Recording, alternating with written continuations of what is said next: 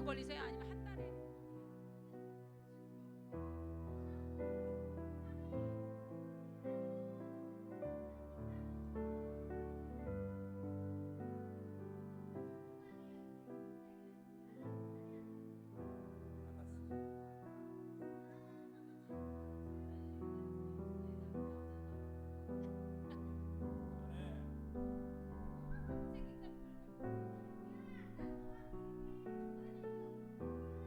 멀리?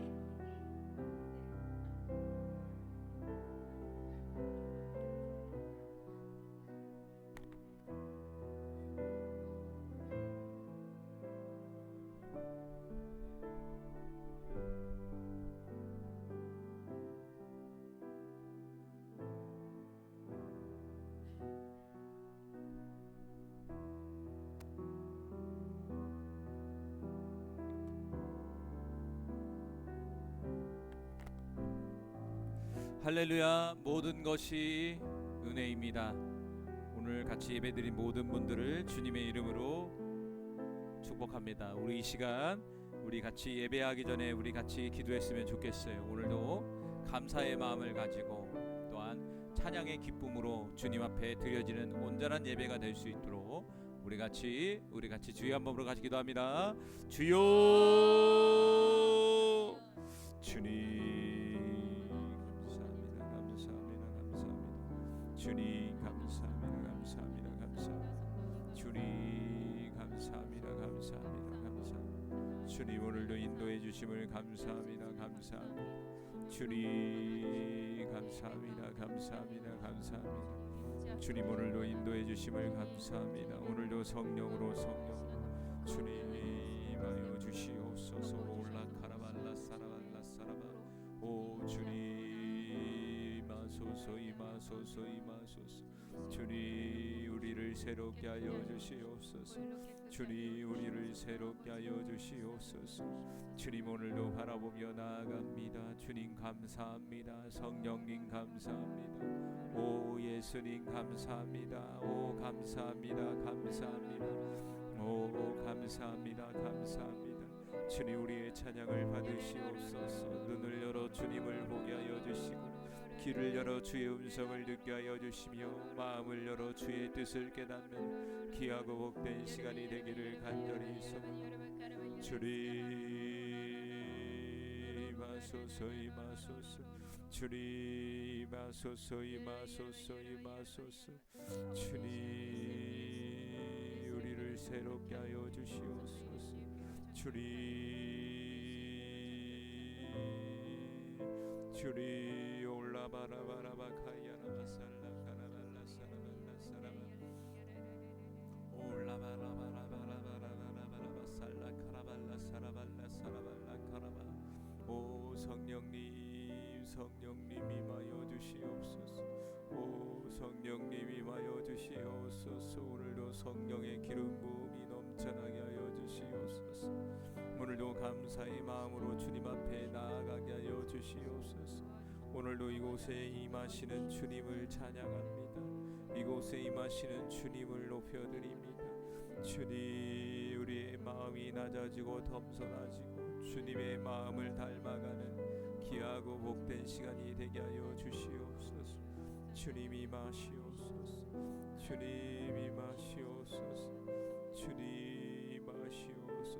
오 임하소서.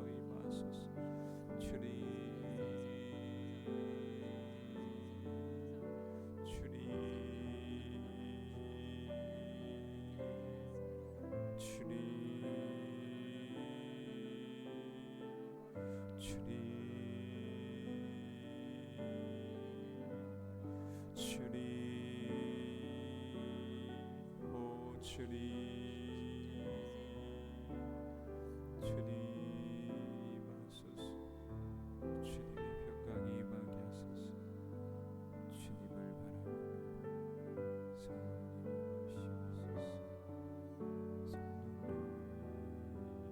임하시옵소서. 주님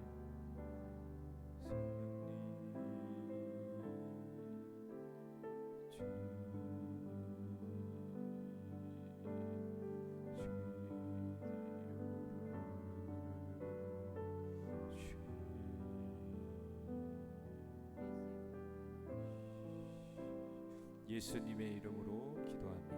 아멘. 보혈을 지나 아버지 품으로 나아갑니다.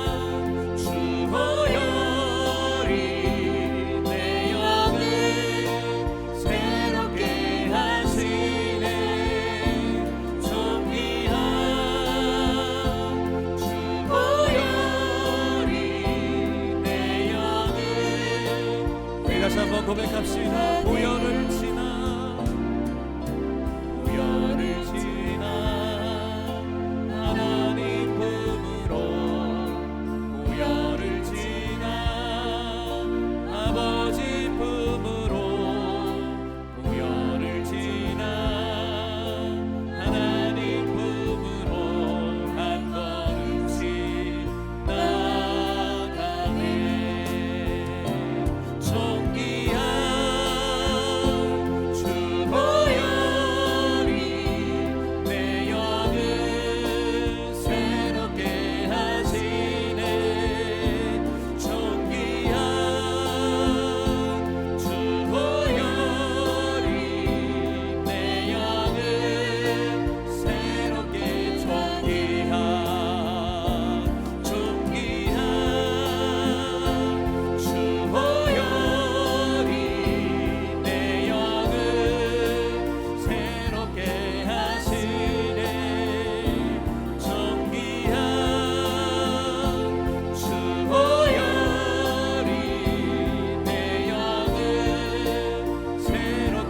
십자가를 참으신 주님을 찬양합니다.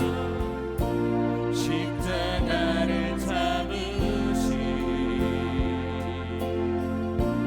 어린 양 예수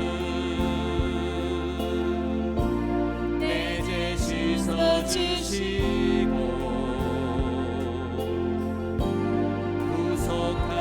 구속하셨네.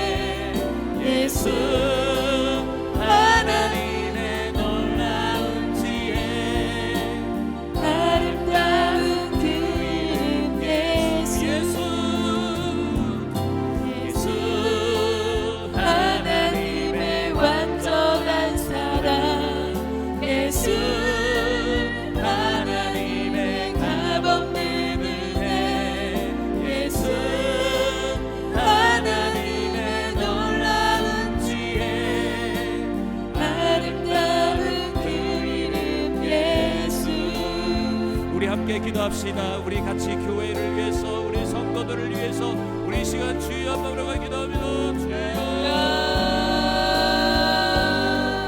주님, 오늘도 찬양하며 경배합니다. 주님이 교회를 불쌍히 여겨주시고 이 월드 생명기념교회를 통해서 주님의 선하신 영향력과 선하신 주님의 역사를 하나님 온전히 증거하는 주님의 교회가 되게 하여 주시고, 우리 교회에 속해 있는 모든 사랑하는 지체들 주님 불쌍히 여기시어 그들의 자리 가운데 주님의 선하신 도움의 손길이 함께하기를 간절히 기도하며 간구합니다. 주님 도와주시고 은혜를 베풀어 주시옵소서.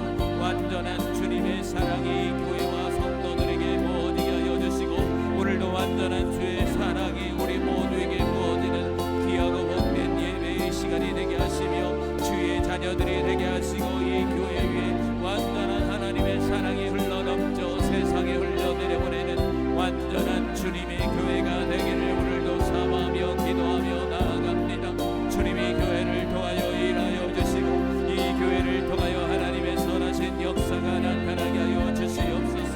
특별히 이전에 이전을 준비하고 있사오니 주님께서 우리에게 특별한 장소로 인도하여 주시며 하나님 그곳에 가서 주님이 주신 사명과 주님이 주신 뜨거운 마음을 전파하는 아버지 이전이 될 수 있는 은혜를 허락하여 주시옵소서. 아버지 하나님 주님이 마소서 임하소서. 오늘도 주님이 하여 주시기를 간절히 기도합니다.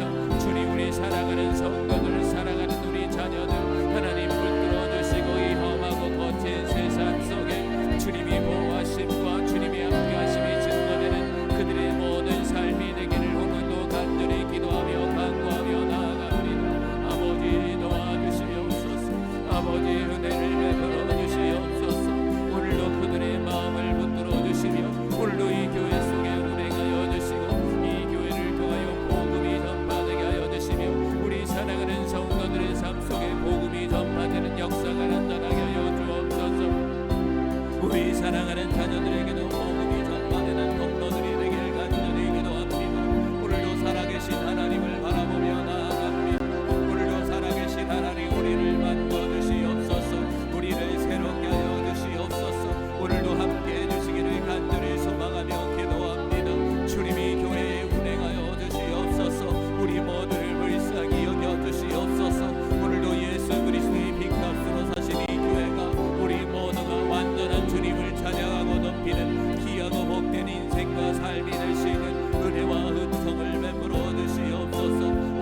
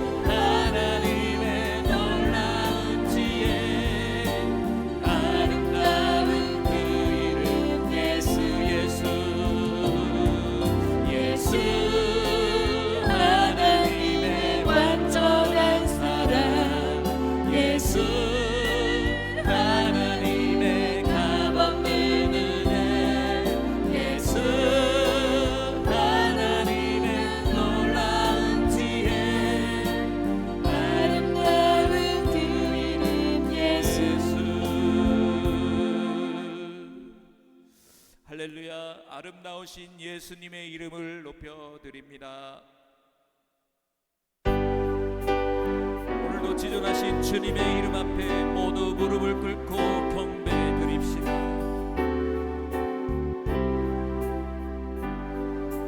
지존하신 주님 이름 앞에 모두 무릎 꿇고 나 경배해.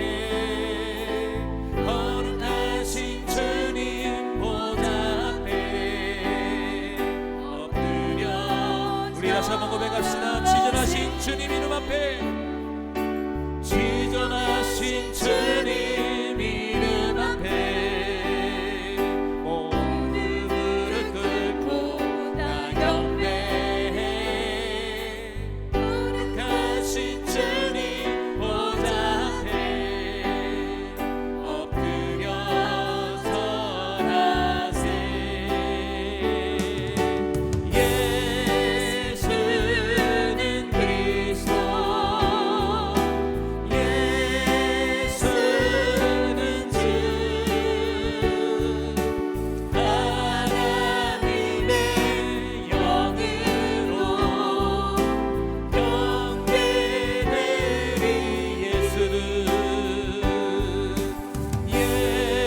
예수는 그리스도, 예수는 주, 하나님의 영으로 경배되리. 우리 다시 한번 지존하신 주님 앞에, 지존하신 주님 이름 앞에 무릎 꿇고 나 경배해. 거룩하신 주님 보좌 앞에 엎드려 절하세. 예수는 그리스도,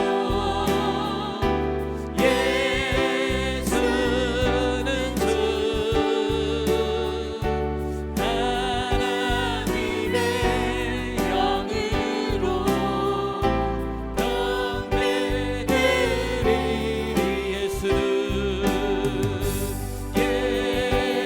예수는 그리스도,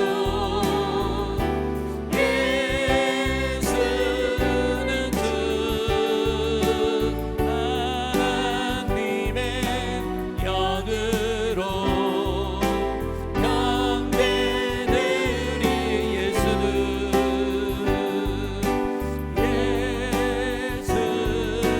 그리스도, 예수는 주, 하나님의 영으로 경배되리. 예수는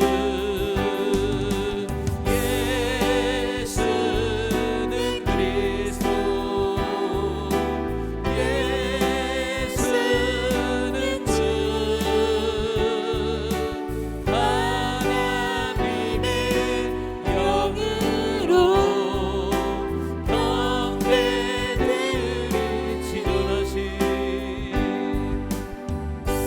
지존하신 주님 이름 앞에 무릎 꿇고 나 경배해. 거룩하신 주님 보좌 앞에 엎드려 절하세. 예수는 그리스도, 예수는 주, 하나님의 영으로 경배되리.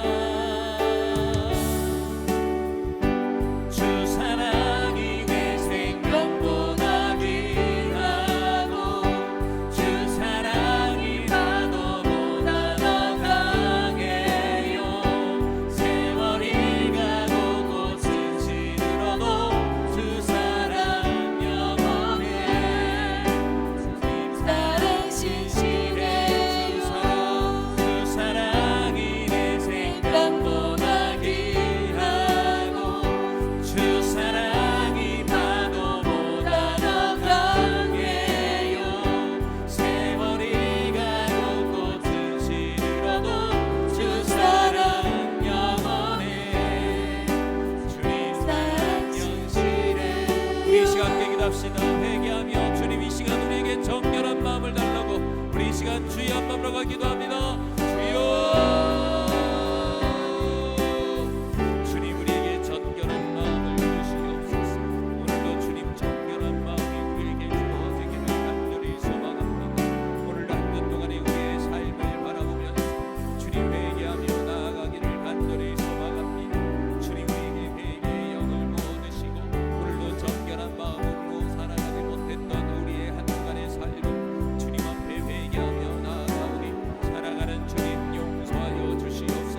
완전한 주님의 사랑이 우리 안에 모아지게 하시고 그 사랑을 전하지 못했음을 고백합니다. 주님 용서하여 주시옵소서.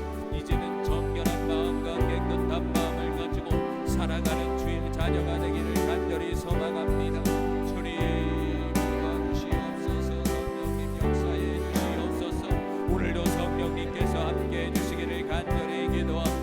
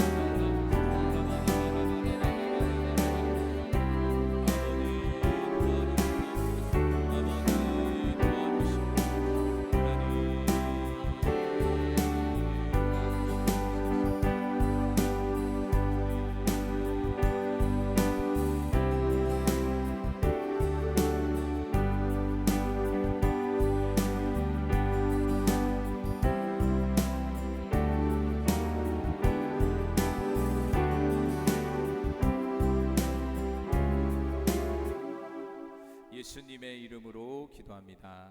아멘.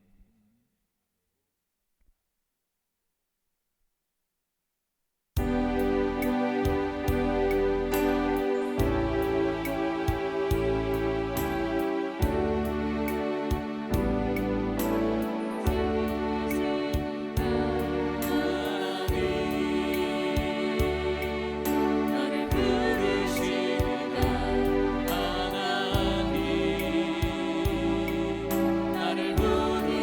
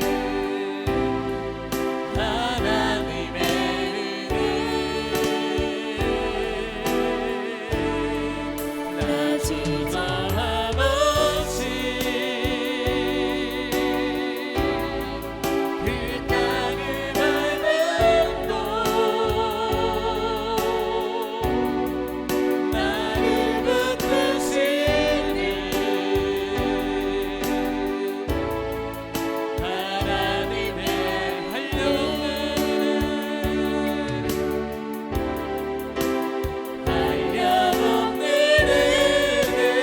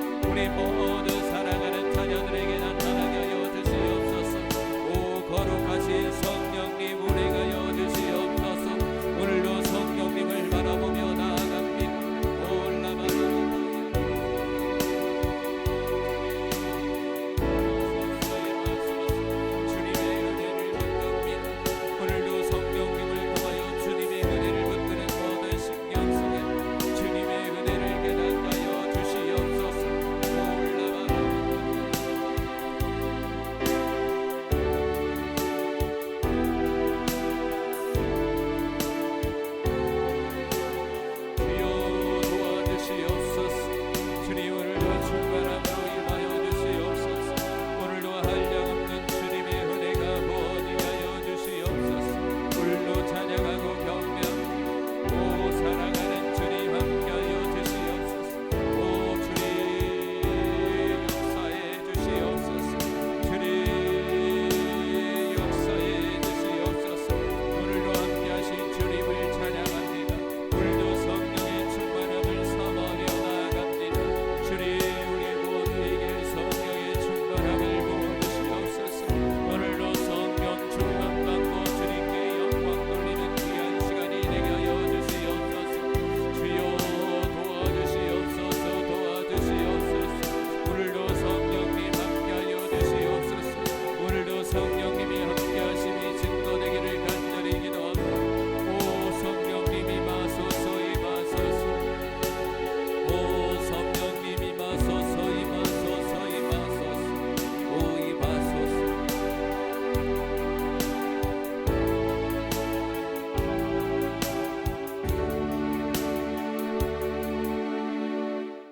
할렐루야. 하나님 감사합니다.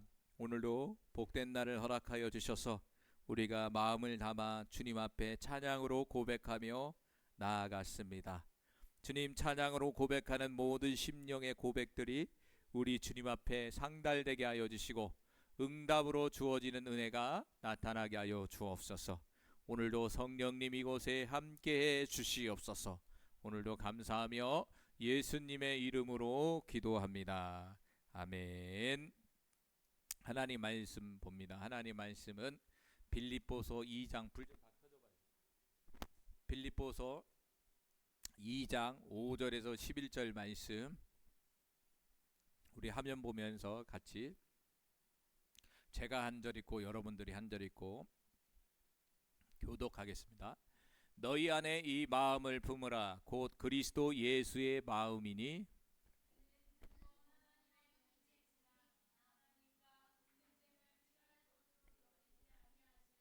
오히려 자기를 비워 종의 형체를 가지사 사람들같이 되셨고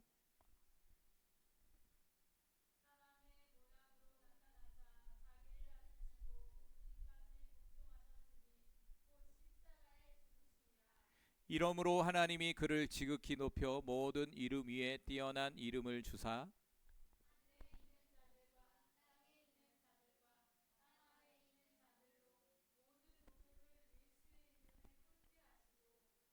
모든 입으로 예수 그리스도를 주라 시인하여 하나님 아버지께 영광을 돌리게 하셨느니라.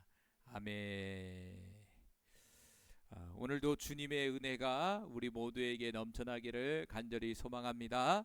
오늘 말씀 제목은 우리를 위해 걸어가신 길이라는 말씀의 제목을 가지고 같이 은혜를 나누고자 합니다. 바로 예수 그리스도의 생애 전체를 오늘은 같이 나누려고 합니다. 예수님의 모든 인생은 저와 여러분을 위해 걸어간 길이라고 볼 수가 있어요. 그래서 예수님이 걸어간 그 모든 길을 통해서 저와 여러분이 구원을 받았다는 것이죠. 우리가 계속해서 예수님의 전생애를 같이 나누는 것을 나눴어요. 오늘 빌립보서 2장 5절과 11절은 어떻게 보면 예수님의 전생애를 기록한 그리고 함축한 성경 말씀이 바로 빌립보서 2장 5절과 11절의 말씀이라고 볼 수 있어요. 이 말씀에 보면 첫 번째로 탄생의 부분을 설명하고 있는 부분이 6절과 7절이에요. 6절에 그는 근본 하나님의 본체시나 하나님과 동등됨을 취한 것으로 여기지 아니하고 오히려 자기를 비워 종의 형체를 가지사 사람들과 같이 되셨다. 바로 예수님이 이 땅 가운데 육신을 가지고 왔다라는 이야기죠. 두 번째는 예수님의 공생애와 십자가의 죽음, 바로 8절에서 말씀해주고 있어요. 같이 읽어볼까요?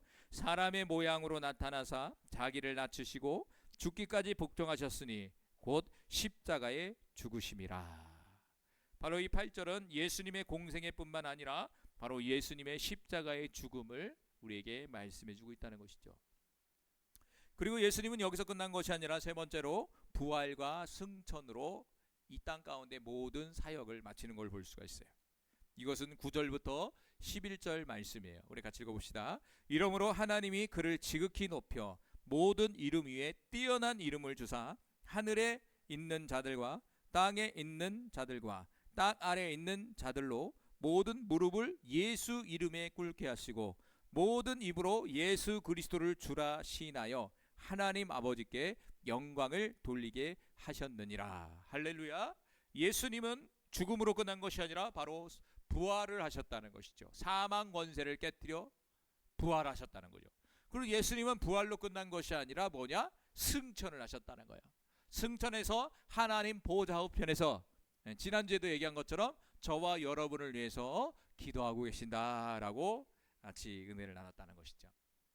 자, 그래서 빌립보서 2장 5절과 11절은 예수님의 전생애를 함축적으로 말해주고 있는 것이 바로 빌립보서 2장 5절에서 11절 말씀인 거예요. 그러면 오늘은 좀 구체적으로 예수님의 생애를 하나하나 한번 따져가 볼게요. 성경에 나오는 예수님의 생애를 탄생부터 한번 쭉 추적해가는 어떤 그런 시간이라고 볼 수가 있죠. 그래서 한번 그런 부분을 같이 나누고자 합니다. 첫 번째는요, 예수님의 탄생과 유년기예요. 예수님의 탄생과 유년기. 성경에 보니까 예수님의 탄생과 그리고 12살, 요 12살의 이 기록이 있어요. 요 기록 한번 살펴보려고 그러는데요. 특별히 예수님의 탄생과 이 유년기 기간은요, 예수님의 지상생애는 베들레헴에서부터 탄생으로 시작되어 점차 성장하는 과정을 우리에게 비춰주고 있는 그 시기라고 볼 수가 있다는 것이죠. 그걸 좀 더 나누게 되면 탄생부터 2살까지, 그러니까 빵살부터 2살까지의 기록을 좀 이렇게 보면요, 베들레헴에서 태어났단 말이에요, 예수님이요. 그런데 베들레헴에서 태어났지만 헤롯의 박해가 시작되고 말이죠. 그래서 그 헤롯의 박해를 피하기 위해서 어디로 갑니까? 예수님이 바로 이집트, 애굽으로 피난을 가게 된다는 것이죠. 그리고 나서 2년이 흐르고 나서 하나님의 계시를 통해서 다시 어디로 옵니까? 갈릴리 지방으로 다시 오게 된다는 거예요. 이게 바로 예수님의 탄생과 2살 요 사이에 있었던 사건이라고 볼 수가 있어요. 자, 그럼 이걸 보세요. 어렸을 때 탄생부터 쉽지가 않았어요. 누군가를 자꾸 예수님을 죽이려고 쫓아오는 거잖아요. 그 도망간 거잖아요. 그러니까 예수님의 탄생, 이 유년기 시절은요, 탄생과 유년기 시절을 그렇게 좋은 인생은 아니었던 거예요. 그리고요, 12살까지의 기록이 딱 나오고요, 그 다음에 기록이 없어요. 딱 어떤 기록이냐면 12살 때의 기록이 있어요. 12살 때의 기록. 성경에 보니까 이 12살 때 건너뛰어서 12살 때 뭐냐, 성전에 방문하는 사건이 나타나요. 예루살렘 성전을 방문하여 당시 종교학자들, 율법사들과 깊이 있는 논쟁과 말씀을 나누는 사건이 나타나요. 그게 이제 12살 때의 사건이라고 볼 수가 있다는 것이죠. 자, 예수 그리스도의 탄생과 이 유년기에서 중요한 건 무엇일까요? 탄생부터 12살까지를 예수님의 그 생애를 성경에서는 이렇게 요약을 했어요. 이 말씀이 중요해요. 같이 읽어봅시다. 자, 같이 읽겠습니다. 시작. 예수는 지혜와 키가 자라가며 하나님과 사람에게 더욱 사랑스러워 가시더라. 이게 바로 탄생과 12살 사이에 예수님이 지혜와 키가 자랐다는 거예요. 성장했다는 얘기예요. 그런데 중요한 건 뭐냐면, 첫 번째는 하나님, 두 번째는 사람에게 사랑스러워 갔다라는 거예요. 다시 이거를 얘기한다면, 하나님과 예수님의 관계는 어떤 관계였을까요? 사람과 예수님의 관계는 어떤 관계였을까요? 자, 예수님과 하나님의 관계는 뭐냐면 신앙적인 관계라는 거예요. 믿음의 관계라는 거예요. 믿음의 관계 속에서도 하나님이 인정하는 신앙, 인정하는 믿음을 가졌기 때문에 사랑스러워 여겼다는 것이죠. 자, 그러니까 어렸을 때도 예수님 하나님과 어린 예수님과의 관계는 하나님이 인정하는 신앙, 인정하는 믿음을 가졌다는 얘기예요. 두 번째는 뭐냐면 예수님과 사람의 관계 속에서도 어떤 관계냐? 사랑스러웠다라는 것은 인격적인 관계를 잘 만들었다는 얘기예요. 첫 번째는 누굴까요? 부모의 관계예요. 예수님과 부모의 관계 속에서 예수님은 부모님 앞에 잘 순종하며 자랐다는 얘기예요. 그리고 두 번째는 옆에 있는 어른들과의 관계 속에서도 잘 부모 어른들을 잘 공경하고 섬겼다는 이야기예요. 그러니까 어떻게 보면 예수님의 인격적인 부분에서도 아주 잘 성장하고 있었다는 얘기죠. 그래서 성경은 뭐냐? 하나님과 사람에게 사랑을 받았더라 이렇게 얘기해주고 있다는 거예요. 할렐루야. 다시 정리할게요. 하나님과 예수님 관계에서는 하나님이 인정하는 신앙을 가졌고, 예수님과 인간의 관계, 사람과의 관계 속에서는 인격적인 관계를 잘 맺고 있었다는 얘기예요. 할렐루야. 그렇다면 저와 여러분도 어떨까요? 저와 여러분도 하나님과 나의 관계가 어떻게 됩니까? 하나님이 인정하는 신앙을 가져야 돼요. 할렐루야. 우리 모두가 하나님이 인정하는 신앙을 가지길 바라요. 신앙은 무엇일까요? 믿음입니다, 여러분. 믿음. 우리 모두가 하나님이 인정하는 믿음을 소유하길 바랍니다. 우리 사랑하는 우리 자녀들까지. 그리고 더 나아가 사람과 인간과 인간의 관계 속에서도 원수를 만드는 것이 아니라 좋은 인격적인 관계를 나누시길 바라요. 할렐루야. 그러할 때 예수님이 하나님과 사람에게 사랑을 받았던 것 같이 저와 여러분도 하나님과 사람에게 사랑받는 그런 성도님들이 되기를 간절히 소망해요.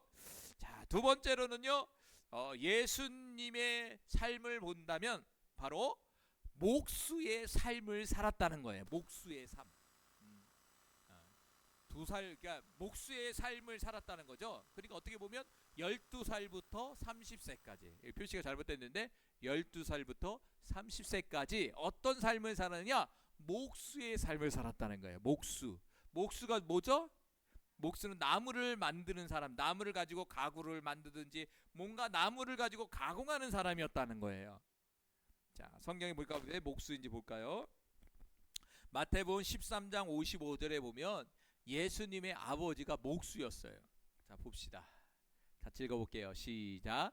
이는 그 목수의 아들이 아니냐? 그 어머니는 마리아, 그 형제들은 야고보, 요셉, 시몬, 유다라 하지 않느냐?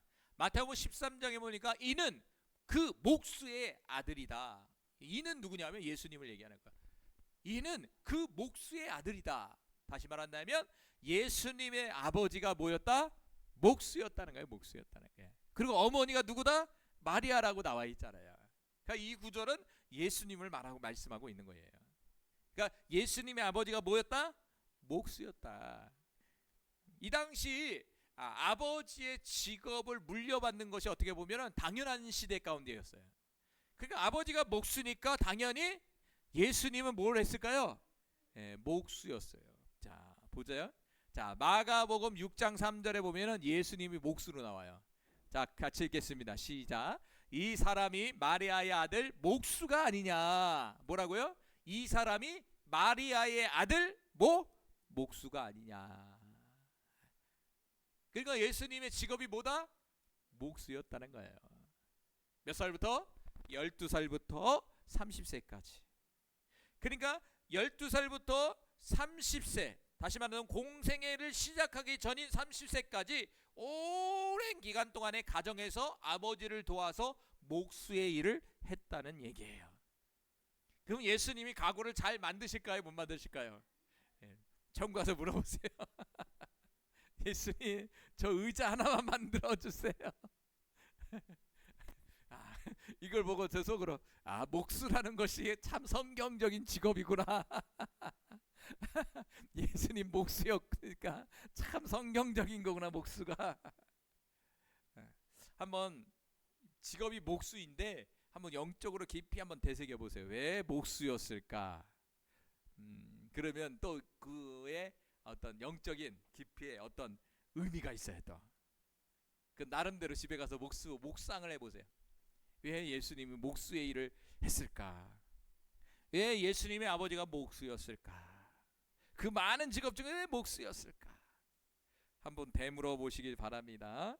그래서 예수님은 목수의 삶을 살았다는 거예요. 12살부터 30세까지. 그리고 나서 세 번째로 30세부터 33세까지는요 드디어 3년 동안의 공생애를 지내신다는 거예요.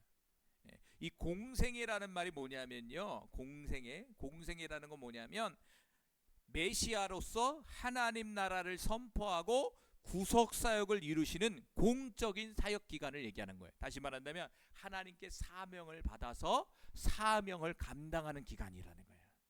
그러니까 12살부터 30살까지는 사명을 받은 게 아니에요. 목수의 삶을 산 거예요. 그냥 평범하게 살았다는 거예요. 그런데 30살부터 33살이 돼서 요 사이에는 뭐냐, 하나님께 사명을 받았다는 거예요. 사명을 받고 나서 그냥 산 것이 아니라 목수의 일을 내려놓고 뭐 했냐, 하나님의 일을 감당했다는 거예요. 사명을 감당했다는 것이죠. 여기 이 공생애의 기간을 좀 이제 세 가지로 구분할 수가 있어요. 사역을 세 가지 파트로 구분할 수 있는데, 첫 번째 사역은요 30살부터 31살까지의 사역이에요. 몇 살? 30살부터 31살의 사역을요. 성경에 보면 첫 번째 이 기간에는요 뭘 했냐면요, 우리가 잘 알고 있는 이 요한복음 2장에 나오는 이 첫 이적을 베푼 사건이 나타나요. 뭐죠? 물이 포도주도 되는 사건. 그러니까 30살에서 31살 때 처음 기적을 이 세상에 드러내시는데, 기적을 베푸는 걸 드러내시는데, 이 기간이 바로 이 기간이라는 거예요. 물이 포도주 되는 사건. 그리고 두 번째는, 이때는 예수님이 사역 직전에 뭘 받았죠? 세례 요한에게 세례를 받는 사건이 나타나요. 그리고 더 나아가 세례를 받고 나서 예수님이 성령의 이끄심을 따라서 어디로 가죠? 광야로 가서 금식 기도하는 시간이에요. 금식 기도하는 시간. 이 시간에는요 세례를 받았고 40일 금식 기도하는 시기예요. 세 번째는 바로 첫 번째 공생의 첫 번째 유월절을 맞이해서 성전에 들어간 사건. 그리고 그 성전에 들어가서 그냥 얌전히 예배드리면 좋은데 성전을 막 엎으신 사건, 깨끗하게 정결하게 하신 사건. 이 사건이 뭐냐면 바로 30살에서 31살 사역 제1기 때 나타나는 사건이라고 볼 수가 있죠. 그리고 이 30살에서 31살 때 성경에서 제일 이슈되는 사건이 뭐였냐면 우물가에서 사마리아 여인 만나는 사건. 남편 데리고 와라. 이 사마리아 사건. 이 사마리아 사건이 바로 사역 제1기 때 일어나는 사건이라는 거예요. 두 번째는 31살부터 32살의 사역 제2기가 볼 수가 있어요. 이때는요 사역 제2기 때는요 본격적으로 제자들을 세우고 천국 복음을 가르치는 시기예요. 제자들을 본격적으로 세우고 천국 하나님의 나라를 직접 이제는 가르치는 어떤 시기라고 볼 수가 있어요. 그리고 이 사역 제2기에는요 두 번째 유월절을 맞이하게 됩니다. 그리고 더 나아가 복음을 함께 전할 12제자를 이때 부르세요. 12제자를 이때 부르시는 사건이 나타납니다. 그리고 마태복음의 사건에 보면은 바로 산상보훈이 바로 이 31살과 32살 때 예수님이 전하는 말씀이에요. 그리고 씨 뿌리는 자의 비유, 이 말씀도 바로 31살, 32살 사역의 제2기 때의 말씀을 전하고요. 그리고 거라사 지방에서 귀신 들린 자를 쫓아내잖아요. 이 사건이 바로 사역 제2기 31살에서 32살 때 나타나는 사건이라고 볼 수가 있어요. 그리고 마지막으로 세 번째 사역 3기가 있어요. 사역 3기는 뭐냐? 32살에서 33살 때의 예수님의 사건이에요. 첫 번째는요, 사역의 절정을 이루면서요, 이 시기에는요 예수님 또한 십자가의 길을 준비하고 있었어요. 십자가의 길을 드디어 이제 준비하는 시기를 갖게 됐다라는 거예요. 그리고 이 사역 제3기에는요 12사도에게 복음을 전파하는 사명을 주어 파송을 하는 사건이 나와요. 그리고 그 유명한 보리떡 5개와 물고기 2마리 그리고 5,000명에게 먹이시는 사건, 이 먹이는 사건이 뭐냐면 사역 3기 32살에서 33살 때 하셨던 사역이에요. 그리고 더 나아가 우리 잘 알고 있는 변화산 사건 아시죠? 변화산에 올라가서 형체가 변하셨잖아요. 이 사건이 뭐냐면 사역 제3기인 32살과 33살 때 나타났던 사건이에요. 변화산 사건이. 우리가 지금 사역을 이제 1년 단위로 지금 보고 있는 거예요. 그런데 사역이 다르잖아요. 점점 뭔가 다르잖아요. 근데 자세히 보면 사역이 점점 깊어지고 있어요. 사역이. 그리고 이 제역 3기에는요 70인 전도대를 파송하고요, 그 유명한 죽은 나사로를 살리는 기적, 나사로야 나와라 나는 부활이요 생명이니, 이 말을 선포한 것이 바로 사역 제3기 32살에서 33살 때에 예수님 하셨던 사역이라는 것이죠. 그래서 예수님의 공생애를 이 말씀으로 이렇게 요약한 것이 마태복음 4장 23절, 올해 우리 교회의 말씀이죠. 같이 읽어보겠습니다. 시작. 예수께서 온 갈릴리에 두루 다니사 그들의 회당에서 가르치시며 천국 복음을 전파하시며 백성 중에 모든 병과 모든 약한 것을 고치시니. 잘못 알고 있었네요. 제가 그 말씀을 눌러다가 이 말씀 있는 것 같아요. 자, 마태복음 4장 23절에 보니까 예수님은 공생의 사역 속에 몰랐다고요?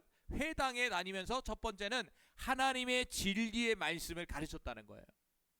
그리고 두 번째는 천국 복음, 다시 말한다면 하나님 나라를 전파하고 전도하셨다는 거예요. 그리고 세 번째는 모든 병자들과 모든 약한 사람들을 뭐했다? 고치셨다. 다시 말한다면 모든 사람들을 사랑으로 돌보셨다는 거예요. 사랑으로 돌보셨다. 이게 예수님의 공생애에서 하셨던 일이라는 거예요. 맞죠? 예수님의 사역은 이 사역이었다는 거예요. 그러면 이것은 예수님만 그럴까요? 공생이라는 말이 다시 한번 돌아올게요. 공생이라는 말이 어떤 말이죠? 하나님께 사명을 받아서 감당하는 기간이란 말이에요. 자, 그러면 예수님만 공생애가 있는 거예요? 이 말씀을 준비하다가 마음속에 뭐냐? 아, 내가 공생애를 지금 살고 있구나, 이런 생각이 딱 들어. 그 감동이 딱 오더라고. 아, 그렇구나. 우리가 예수님을 믿고 영접하고 거듭나는 그 순간 저와 여러분도 뭐다? 영적으로 공생애가 시작이 된 거예요. 공생애가. 그러니까 저와 여러분은 이제는 육신을 위해 살아가는 것이 아니라 하나님의 사명을 감당하면서 살아가는 존재구나, 이걸 깨닫게 되더라고요. 할렐루야. 그러니까 우리의 삶도 이제는 여러분이 이제는 공생애라고 믿어야 돼. 공생애. 나도 공생애를 지금 살고 있구나. 그래서 우리의 삶 속에서 예수님이 공생애 삶 동안에 이 3대 사역을 감당한 것이 우리도 진리를 가르치고 하나님 나라를 전파하고 모든 병든자 어려운 이웃을 사랑으로 섬겨주고 보듬어줄 수 있는 그러한 삶을 우리 또한 살아야 되는구나 라는 것을 우리에게 말씀해주고 있는 거예요. 할렐루야. 안타깝게도 저와 여러분도 공생애가 시작된 겁니다. 여러분, 이 공생애의 끝은요 죽어야지 끝나는 겁니다. 죽어야 끝나는 거예요. 심장이 멎어야 끝나는 거예요. 그러니까 우리는 지금 하나님이 주신 사명을 지금 감당하고 있는 거예요. 지금 여러분이 하고 있는 게 사실은요 다 사명을 지금 감당을 잘하고 있는 거예요. 그리고 마지막 네 번째는 생애의 마지막 한 주간이 있어요. 성경에 보면 일주일. 이 일주일이 아주 중요하죠. 이 생애, 예수님의 생애 마지막 일주일은요, 첫 번째는 고난이고요, 두 번째는 죽음이 찾아와요, 그리고 세 번째는 기쁜 부활이 있다는 거예요. 성경에 보니까 생애의 마지막 주간. 이 생애의 마지막 주간요, 인류의 죄를 대속하기 위한 마지막 일주일의 여정이에요. 그래서 우리가 교회력에서 보면 고난 주간을 일주일 동안 우리가 지키잖아요. 자, 그럼 한번 하나하나 살펴볼게요. 첫 번째는요, 이 생애의 마지막 일주일 중에 첫 번째는 예수님이 예루살렘에 입성합니다. 그리고 나서 입성으로 끝나는 것이 아니라 바로 성전을 깨끗하게 하는 사건이 여기서 또 나와요. 바로 예루살렘의 입성은요, 마지막 주의 초반을 얘기하는 것이고, 이 입성할 때 예수님이 나귀를 타고 이 예루살렘 성전에, 예루살렘에 바로 입성하는 사건이 나타나는 것을 볼 수가 있어요. 그리고 예수님은 성전으로 의도적으로 들어가서 장사하는 사람들과 돈 바꾸는 자들을 막 내쫓으시면서 하나님의 성전을 강도의 소굴로 만들었다라고 막 책망을 하세요. 이게 바로 생애의 마지막 주의 첫 번째 사건이에요. 그 두 번째는요, 뭐냐면 이 마지막 사역과 음모가 나와요. 음모, 배신이죠, 배신. 마지막 주 중반 정도 되는 거죠. 그런 과정 속에서 마가의 다락방에서 제자들을 모아놓고 바로 계명 중에서도 제일 큰 계명인 사랑에 대해서 제자들에게 가르쳐 주기 시작해요. 그래서 마지막 뭐라고 그러냐면 제자들에게 서로 사랑하라. 너희는 서로 사랑하라. 이 말씀을 제자들에게 가르쳐 준다는 것이에요. 그리고 나서 예수님은 서로 사랑하라 이렇게 말씀하시면서 자신의 죽음을 그들에게 미리 말씀해 줘요. 나는 죽을 것이다. 제자들에게 가르쳐 준다는 거예요. 그러한 상황 속에서 가룟 유다가 배신을 하게 된다는 것이죠. 가룟 유다가 배신을 하게 됩니다. 그리고 나서 세 번째로 유월절 만찬과 마가의 기도가 나와요. 목요일 밤이죠. 최후의 만찬의 자리에서 예수님은 제자들의 발을 씻겨주는 섬김의 본을 보여주시고요. 그리고 그곳에서 우리가 유명한 성찬식을 합니다. 성찬식. 이 성찬식은 여기에서 시작이 된 거예요. 그리고 여기서 참포도나무의 비유를 가르쳐 주시고요. 그 후에 겟세마네 동산에서 땀방울이 핏방울이 되는 간절한 기도를 하나님 아버지 앞에 올려드리게 돼요. 그리고 나서 가룟 유다의 배신으로 인해서 바로 잡히게 됩니다. 잡히시게 돼요. 잡히게 돼요. 목요일 밤에 잡히셔요. 그리고 나서 재판을 받게 되죠. 재판, 바로 금요일 날 재판을 받게 되고, 새벽에 재판을 받게 되고, 바로 그 금요일 날 바로 십자가에 못 박혀 죽게 된다는 것이에요. 그리고 나서 십자가의 죽음으로 끝나는 것이 아니라 어떻게 되느냐면 바로 부활하게 되신다라는 거예요. 부활. 안식 후 첫날 사흘 만에 죽음을 이기고 다시 살아나게 되신다는 것이죠. 그리고 이후에 제자들과 500여의 사람들에게 직접 나타나서 자신이 부활했다는 사실을 증거하는 것을 볼 수가 있어요. 그리고 거기서 끝나는 것이 아니라 어떻게 합니까? 40일 후에 승천하시는 거예요. 하늘로 올라가시는 거예요. 이게 바로 뭐냐면 예수님의 어떻게 보면 마지막 어떤 사역의 피날레라고 볼 수가 있다는 것이죠. 자, 요한복음 19장 30절을 보니까 바로 뭐냐? 다 이루었다라는 거예요. 다 이루었다. 참 이게 참 마음이 쫙 와닿아. 다 이루었구나. 자, 요한복음 19장 30절 한번 크게 읽어봅시다. 시작. 예수께서 신 포도주를 받으신 후에 이르시되 다 이루었다 하시고 머리를 숙이고 영원히 떠나 가시니라. 중요한 건 뭐냐면 다 이루었다는 거예요. 우리가 쭉 예수님의 그 탄생부터 십자가의 죽음, 부활, 승천까지 봤잖아요. 이게 다 뭐냐면 다 이루었다는 거예요. 다 이루었다. 다 이루었다. 뭘 이뤘습니까? 하나님의 예언의 말씀을 다 이루었다는 얘기예요. 그러니까 예수님은 이 땅 가운데 하나님의 뜻을 다 이루셨다는 거예요. 다 이루셨다는 거예요.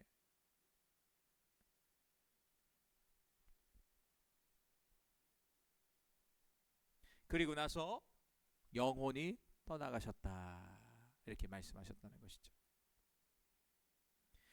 우리도 이 땅 가운데 예수님과 같이 하나님의 뜻, 하나님의 말씀을 다 이루면서 살아가야 된다, 안 된다? 살아가야 된다는 거예요. 예수님이 다 이루었다, 이 말은 바로 우리 또한 이 땅 가운데 하나님의 뜻을 다 이루어야 된다는 거예요. 바로 그것을 사명이라고 볼 수가 있어요. 나를 통해 이루고자 하는 하나님의 뜻을 다 이루어야 우리의 영혼이 하나님 앞으로 가는 거예요. 나에게 주신 하나님의 뜻은 무엇일까요? 내가 오늘 이 시간 현재 이루어야 할 하나님의 뜻은 무엇일까요? 하나님 가르쳐 주시옵소서. 다 이루며 떠나가게 하여 주시옵소서. 할렐루야. 여러분, 다 이루며 가시기 바랍니다.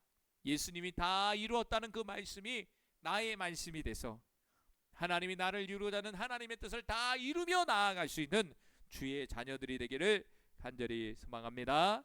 결론을 맺겠습니다. 예수 그리스도의 생애는요, 겸손과 사랑으로 시작되어 십자가의 희생과 부활의 승리로 완성된 것을 우리가 볼 수가 있다는 거예요. 이게 바로 예수님의 생애예요. 예수님은요, 하나님의 본체시나 사람의 모습으로 오셔서 오늘도 우리와 함께 하신 분이라는 거예요. 공생애 동안 진리를 가르치고 하나님 나라를 전파하시고 병든 자를 고치셨어요. 마지막에는 십자가에서 죽기까지 복종하시며 인류의 죄, 저와 여러분의 죄를 대신해서 십자가에 죽으셨다는 것이죠. 그리고 더 나아가 부활과 승천으로 모든 이름에 뛰어난 이름을 얻으시고 우리에게 영원한 생명을 소망으로 주셨다는 것, 이것이 바로 우리가 믿는 예수님이에요. 그 예수님은 오늘도 우리와 함께 한다는 것, 그 예수님이 우리와 영원히 동행하고 있다는 사실, 이 사실을 확실히 믿고 붙드시는 우리의 모든 믿음의 여정이 되기를 간절히 소망합니다. 오늘 예수님이 가신 그 길을, 그 예수님의 그 전생애를 잠깐 우리가 쭉 살펴봤어요. 한번 그것을 되새겨 보면서 바로 그 예수님의 그 생애가 바로 우리가 살아가야 할 생애다, 내가 예수님처럼 살아가야 할 모습이다 라는 것을 다시 한번 되새기면서 그러한 삶으로 나아갈 수 있는 우리 모두가 되기를, 결단할 수 있는 우리 모두가 되기를 간절히 소망합니다. 우리 이 시간 우리 조용히 우리 오늘 들은 말씀 붙들과 같이 한번 나아갔으면 좋겠어요. 한 5분 정도 우리 조용히 불 꺼주시고, 여기는 끄지 말고 뒤에 거기, 우리 조용히 오늘 들은 말씀을 붙들고, 중요한 것은 뭐냐면 예수님의 생애를 보았다는 것은 그것이 바로 나의 생애가 되어야 된다는 거예요. 하나님, 내가 과연 예수님과 같은 삶을 지금 살고 있습니까?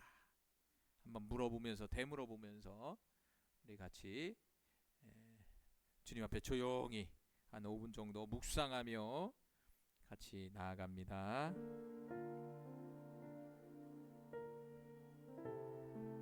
주님,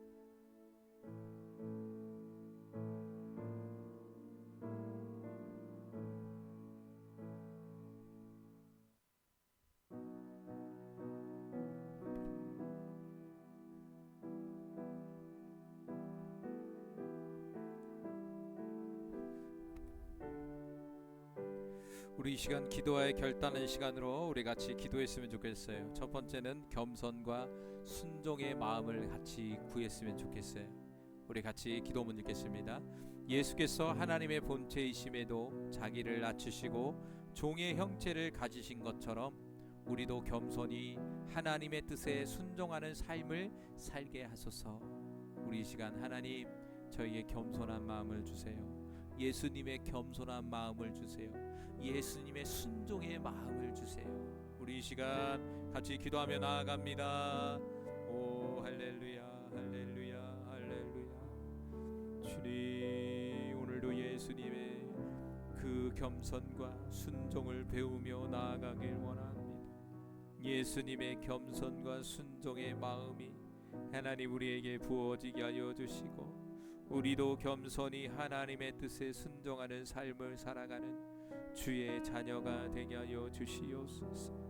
주님의 겸손, 그 순종, 주님의 그 순종을 우리가 배워 우리의 삶 속에 주님이 가신 그 공생의 길을 따라 우리 또한 이 땅 가운데 공생의 길을 걸어갈 수 있는 은혜와 은총을 베풀어 주시옵소서.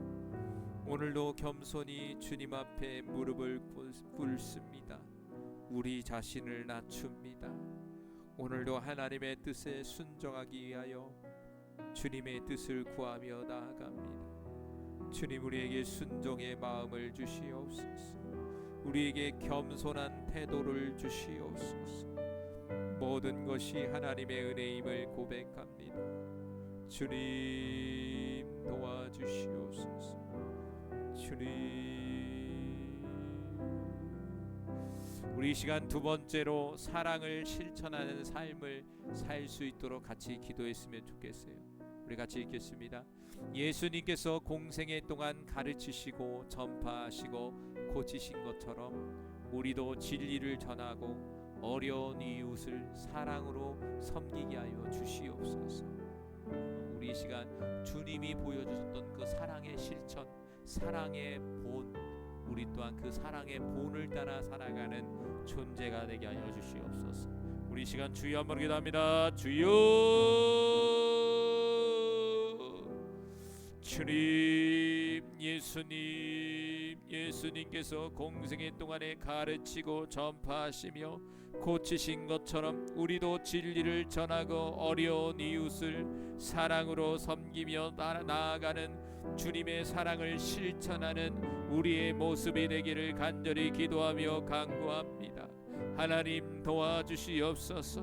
오늘도 예수님이 가지고 있던 그 사랑이 우리에게 부어지기를 간절히 소망합니다. 예수님의 그 사랑이 우리 안에 채워지기를 원합니다. 오 예수님, 그 마음을 채우게 하여 주시고 그 사랑을 붙들며 나아가는 주의 자녀들이 되게 하여 주시옵소서. 예수님께서 가르치고 전파하고 고치신 것처럼 우리도 이 땅 가운데 하나님의 진리를 전하고 어려운 이웃을 내 몸과 같이 사랑하는 사랑의 섬김이 나타나는 주의 자녀들이 되기를 간절히 소망합니다. 사랑하는 주님, 그러한 삶으로 우리를 인도하여 주시옵소서. 주님이 품으신 그 사랑을 우리 안에 채워주시옵소서. 오늘도 그 사랑을 갈급하며 나아갑니다. 그 사랑을 전하며 살아가길 원합니다. 사랑하는 주님, 살아갈 수 있도록 도와주시옵소서. 오늘도 완전한 주의 사랑을 사모합니다. 주님, 사랑하게 하여 주시옵소서. 주님, 사랑하게 하여 주시옵소서. 우리 마지막으로 세 번째는 부활의 소망을 붙드는 믿음을 주세요. 같이 읽겠습니다. 십자가의 죽음을 이기시고 부활하신 주님을 바라보며 어떠한 상황 속에서도 영원한 생명의 소망을 굳게 붙드는 믿음을 주옵소서. 우리의 믿음에 있어서 십자가를 넘어 부활을 붙드는 소망을 달라고 우리 이 시간 주여 한번 기도합니다. 주여, 주님, 오늘도 부활의 소망을 붙드는 믿음이 되기를 간절히 기도합니다. 주님, 우리가 부활의 소망을 품고 나아가는 주의 자녀들이 되게 하여 주시고 오늘도 부활의 소망을 품고 나아가는 모든 심령 속에 은혜와 은총을 베풀어 주시옵소서. 주님은 십자가의 죽음을 이기시고 부활하신 주님입니다. 그 주님을 바라봅니다. 어떠한 상황 속에서도 영원한 생명의 소망을 굳게 붙드는 믿음을 주시옵소서. 믿음을 주시옵소서.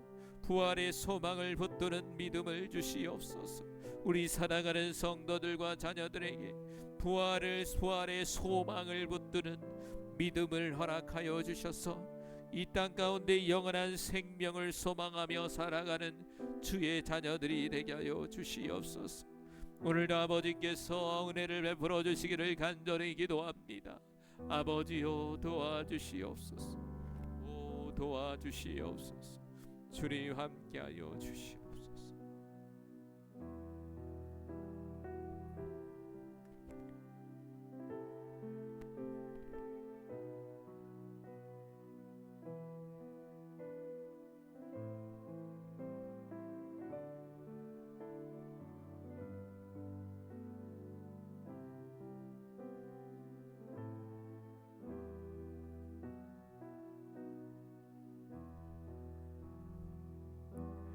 우리 이 시간 마지막으로 주여 한번 부르고 자유롭게 기도하며 돌아갑니다. 주여